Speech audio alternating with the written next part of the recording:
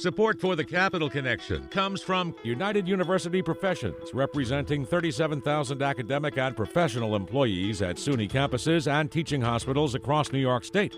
Frederick E. Cole, President, uupinfo.org.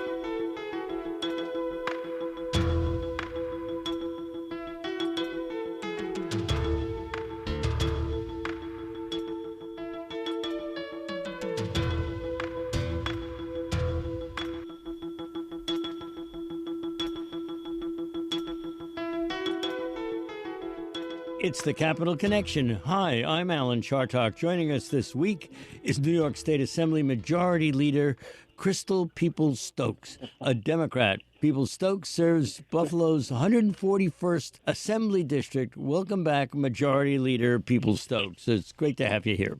Thank you so much. It's a pleasure to be here. Well, we love having you because you are not only powerful and well-placed, but incredibly smart. So it's wonderful to have your insight with us. Okay, let's begin. The anniversary of the May 14th mass shooting at Tops Supermarket in Buffalo that killed 10 and injured 3 is fast approaching. Since then, we've seen what seems like a never-ending series of mass shootings, incidents, and other shootings involving people at the wrong place at the wrong time.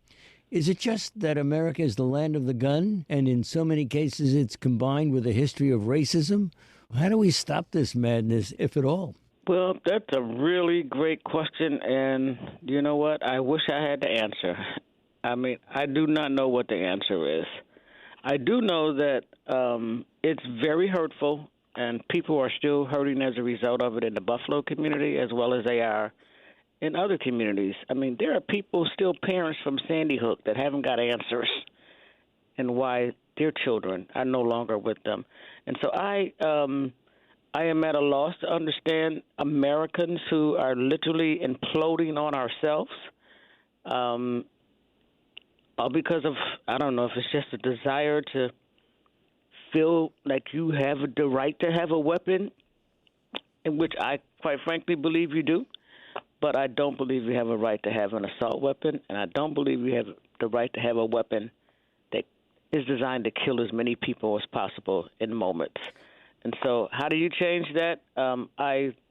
It has to be something that happens at the federal level, and right now I don't see that there is a desire for that to happen. You can tell by the madness that's going on in Congress right now that we're nowhere even near thinking about banning the use of assault weapons in this country. We are talking with New York State Assembly Majority Leader Crystal Peoples-Stokes. By the way, Alan, if I could just say this, because I don't think we're anywhere near of acknowledging or dealing with racism and sexism either. Across the country, people are wanting to ban books and stop folks from being taught African-American studies, and it's just going from bad to worse.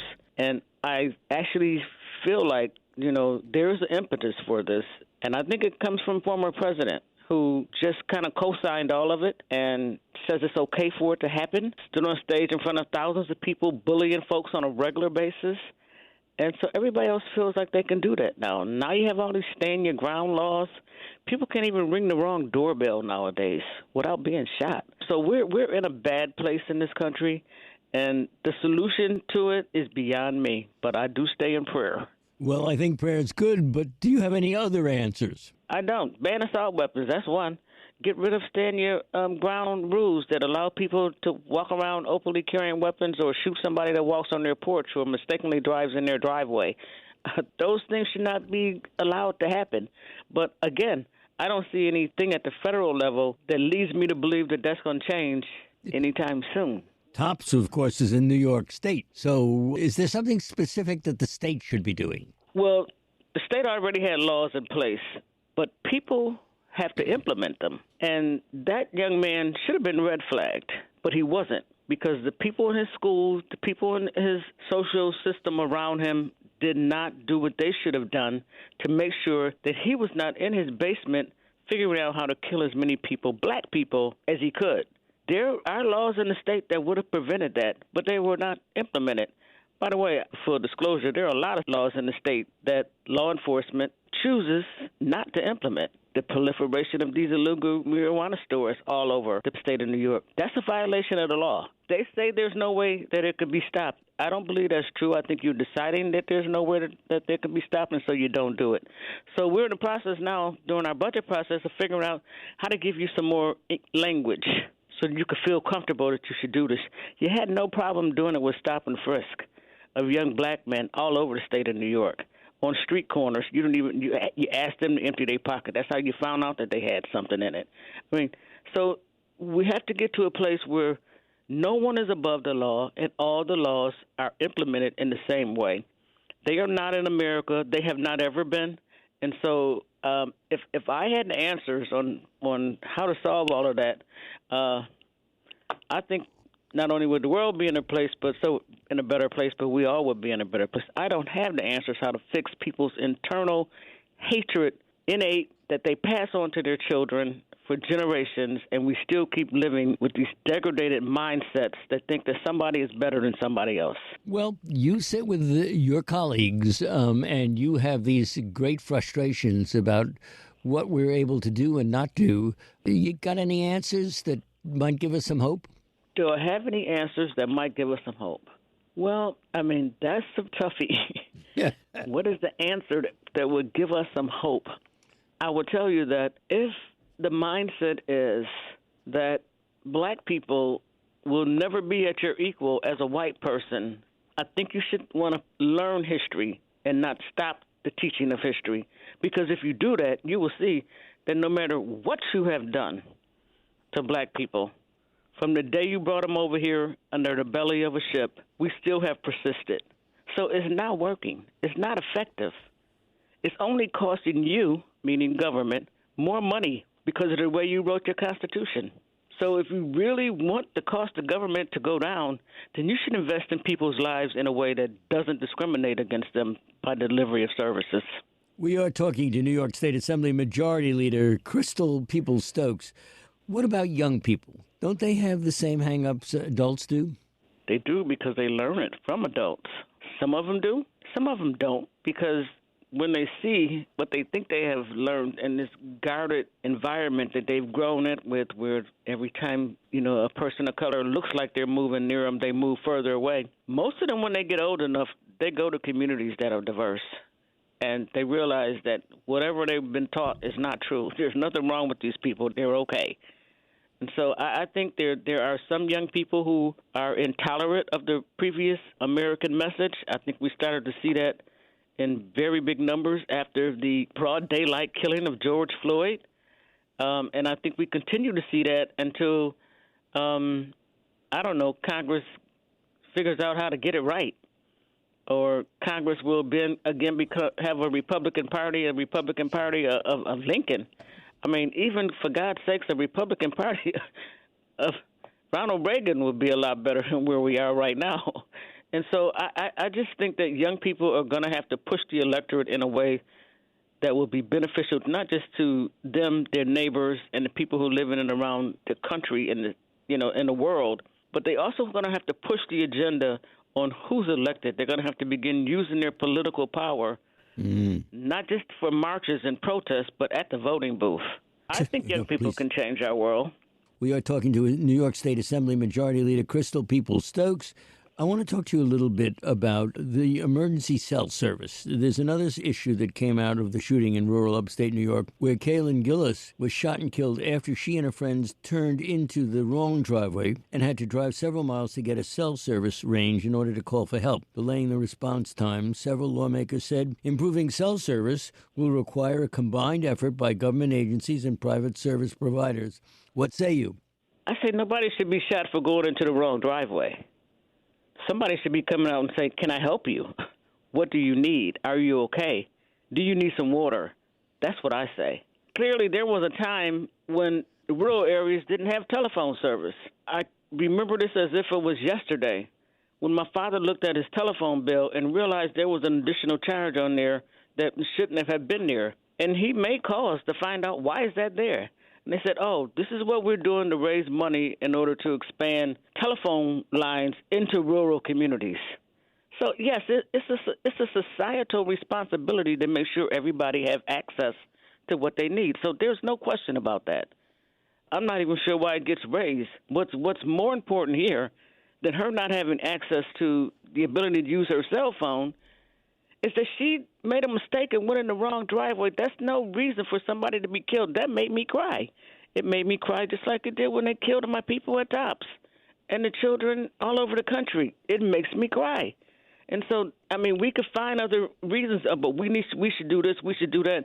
No, we should stop people from thinking it's okay to kill people that they don't even know why they're there. That person in that car could have been coming there to bring something that they needed. Could have been coming to see if they needed, if there's anything I can do to help you. They have no idea why they mistakenly went into their driveway, but they shot. I mean, that is what needs to stop. We are talking with New York State Assembly Majority Leader Crystal Peoples-Stokes. Majority Leader, let me ask you this. How involved are you as the Majority Leader in the state budget negotiations? Are you, quote, in the room? I would say that there are 101 of us in the Majority Conference, so there are 101 of us in that room because nothing gets solidified until it comes back into the conference and is discussed, and everybody has an opportunity to weigh their opinion in before the Assembly's position on the issue is concluded. So we're always in the room. And I think it's a misnomer. Obviously, it's good for the media. There's only 3 people making a decision. That's not true. And we have to kind of stop proliferating that one, Alan. Okay. If it's okay with you, it's okay with me. We're talking to New York State Assembly Majority Leader Crystal Peoples-Stokes, a very powerful person. I want to talk to you about something that has always been very close to my heart. I've thought about a great deal, and that is aid in dying legislation. Advocates and lawmakers who want New York to join the states that allow medical aid in dying rallied at the New York State Capitol Monday. Medical aid in dying is allowed by law in 10 states, including Vermont, Maine, and New Jersey. Do you support it, and why? Right now, I am not a supporter of medical aid in dying. I'm still interested in talking to people. I have no problem with doing that, but my position is from the point that we are born, we are going to die.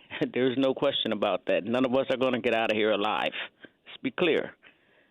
Whether or not it has to be aided is a question that I still have some thoughts about, and I'm not there yet. But I'm willing to keep talking. Is there anything in particular that bothers you about this debate? Is there something that is going on that conflicts in your own mind when we discuss the issue? Well, I had a cousin who committed suicide. That hurt. It hurt my whole entire family.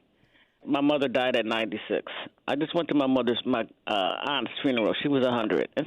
And these are people who did not, go to 96 and not have any suffering, any illnesses, but she still lived until 96. And she never thought, well, although she did say she was ready to go home, meaning she was ready to die. Okay, you're ready to die. Well, but it's not your call. There's a higher call that says when it's your time to die. And so I believe that. I told my father that, I told my mother that, and I told my aunt that. And when the time was, they went. So I think that still should be, the rule of law. However, as I said, I am willing to still have the conversation with anyone who wants to talk about it. We are talking to the woman I always considered to be really quite brilliant, New York State Assembly Majority Leader Crystal Peoples-Stokes. Changing subjects a little bit, we've heard that the governor's proposal for more housing in New York is out of the budget. Were you supportive of the proposal, and how would you describe the pushback? Well, honestly, I did not support. I support housing because I do think we need more housing. As a matter of fact, I think that's the reason why the cost of renting goes up so high is because there's not a lot of places for people to live. So build some more. But don't make the decision about local governments how they zone. I mean, I think local governments' decision about zoning should stay at local governments. By the way, if you don't want me in your community, don't worry. I'm not coming. But I think that there are there's plenty of space in New York to provide for affordable housing, and I don't think it should be forced on people who don't want it, first. And secondly, there's no question we need more housing. But I think affordable housing should come along with some sort of opportunity for the people who need it to get access to some sort of equity. Now, this is not a normal conversation to be having around rental, but, I personally know people who have lived in rental units for 30 years. And, yes, their rent is not the same as it was 30 years ago, but they still take care of the property. They plant flowers. They clean up in front of the place. And when they're gone, they're gone. That's it. There's nothing. I think there should be something for those people other than a return on their deposit that they made 30 years ago to rent the place. There should be something that is a shared value. Like, I appreciate you as a tenant, and the tenant appreciates you as a landlord, and because of that, here's the equity opportunities you have in this property. There is none of that, and I think there should be some more of that. Also, I think there should be more Michelamas where people can actually, or condos. There's not a lot of opportunity to build condos. A lot of professional people in and around the Buffalo area, and I'm sure other areas, they wouldn't mind owning because they don't necessarily plan to stay in the same area for life. But where's the value? What value do you get if there's no equity attached to what you're paying for where you live at? You should get something as well. So I think we need a new construct on affordable housing so that we encourage people because, to be better tenants, you subsidize people to build the buildings. Why don't we subsidize people to live in them accordingly so that understanding that they get a benefit if they stay, if they don't stay. So bring us up to date for those of us who are, for want of a better word, ignorant about this. What has become to Mitchell-Lama and to middle-class housing? My mother built a place called the Riverside Neighborhood Assembly House on 96th Street between Columbus and Amsterdam Avenues. And it gave a lot of people a lot of place to live. I'm wondering, are we still keeping up? Well, I think we're not keeping up. I think we're going more towards a developer who just wants to build something and gets all the resources. I think we need to go more towards the Mitchell-Lama model, and I think there are opportunities to do it. So here's the good thing about the governor putting it in her budget proposal is that there was an opportunity for it to be discussed widely and for more people to think more broadly about, how do we both get the housing, sustain the people, and sustain the landlords and the developers who build these places. And so it's a win-win for everybody for us to have additional conversations on it. And there is a commitment to figure out how to make these things happen post-budget because, as you know, it's not a revenue issue as much as it is a policy issue. And so taking that out of the budget process, to me, made sense. Talk to me a little bit, if we can. And by the way, I should remind everybody, we are talking to New York State Assembly Majority Leader Crystal Peoples-Stokes. I want to talk about charter schools. Reports say a deal is close on allowing 22 more charter schools for New York City. Where do you come down on charter schools? And just could you remind us what they are? Well, charter schools are public schools that use public resources to educate citizens. And I actually support charters to the extent that they are not taking away resources from traditional publics. So I, would love to see it if they would have their own funding stream because in some ways they're very good. By the way, charter schools have to sign a contract. They say that we're going to successfully be able to educate these children, and they have 5 years to do so. If they don't do so, then their charter is not renewed. So there's like 20 or so, for lack of a better word, zombie charters in the city of New York. The parents want them. The people want them. And I think there's something that we should allow to happen. But there is obviously no agreement on that during the course of this budget process. So we are talking to New York State Assembly Majority Leader Crystal Peoples-Stokes. Let me ask you this. If the people want them and the politicians say they want them, how come we don't have them? Well, not all the politicians say they want them. I mean, I'm one of a few that would prefer to have parents have a choice. I mean, it would be different, Alan, if all schools were criteria schools where you had to be, well, you shouldn't be tested to be in any public school, but that's the way it goes. If all schools were at the caliber of criteria schools, it wouldn't be a problem because parents could just send their kids to the school around the corner. But we know that's not the case. Right. We know that's not the case. There are some public schools that are inferior, and what they're doing is they're creating a problem for us as a society. If you cannot get a child reading, writing, and computing at the third grade level, by the time they get to fourth grade, they will fail. Because there's nothing new that they can learn. Everything else will be compounded on exactly what those foundational development skill sets are. Many schools throughout the state of New York, and particularly in urban areas, are incapable of doing that. And if they're not incapable, then show me that you can do it, because you haven't. And every time you don't do that, then you're diminishing the quality and the value of a student that gets sent to high school. And then you're diminishing the value and the quality of the student that gets sent to higher ed. And now we're spending, resources, state resources, on remedial classes in college. It's backwards. And if we can't get it right in the forefront, then at least give parents who cannot afford private school, because if parents could afford private schools, they wouldn't care what you did with charters, but they can't. And they're entitled to a free public education. And so if that's the only way they can get access to that is a charter where they know their kids are going to get what they need, let them have that choice. Isn't there the possibility that charters, or the people who run them, can be in some way intellectually corrupted? Oh, absolutely. And that's why there are 20 or so charters that are zombies in New York City, because you said you could do it in 5 years and you didn't. Or maybe you did it in 5 years, but then you didn't do it for the next 5. And so there has to be a consistency in what you're delivering, because you basically sign a contract. And are there some people who enter into the charter business simply because they want to make money?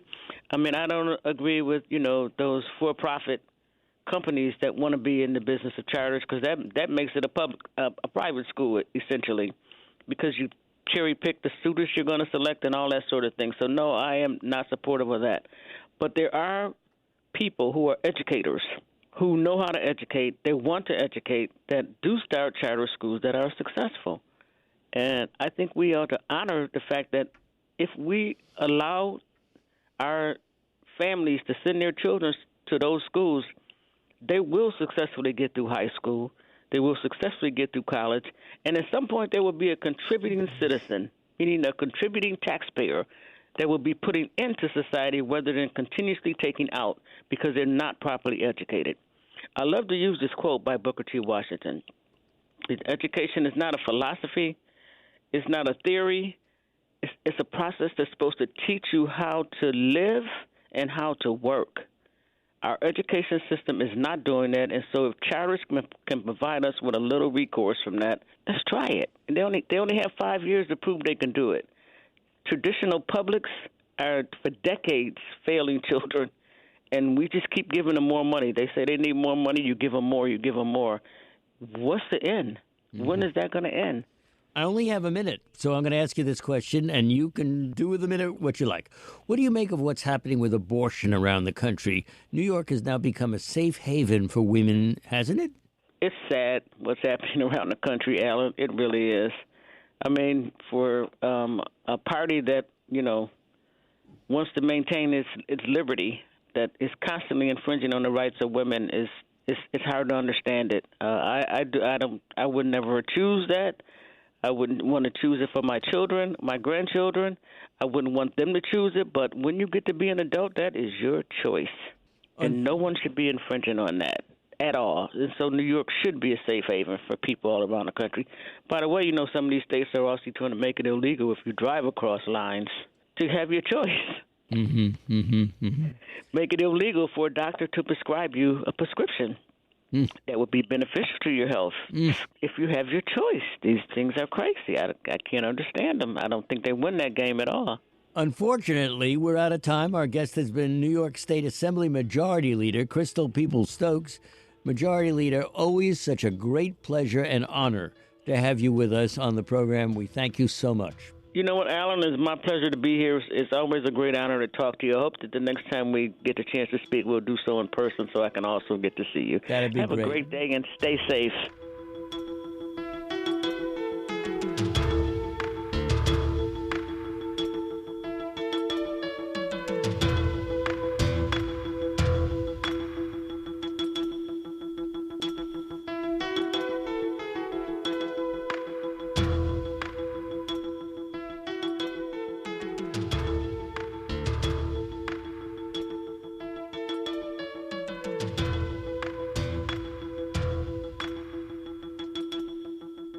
The Capital Connection is a production of WAMC Northeast Public Radio. Capital Connection is hosted by Alan Chartock. You can listen to The Capital Connection anytime at WAMCpodcast.org or anywhere you get your podcasts. You can sign up for weekly show updates by subscribing to our newsletter, Airwaves, and by following us on social media at WAMC Radio.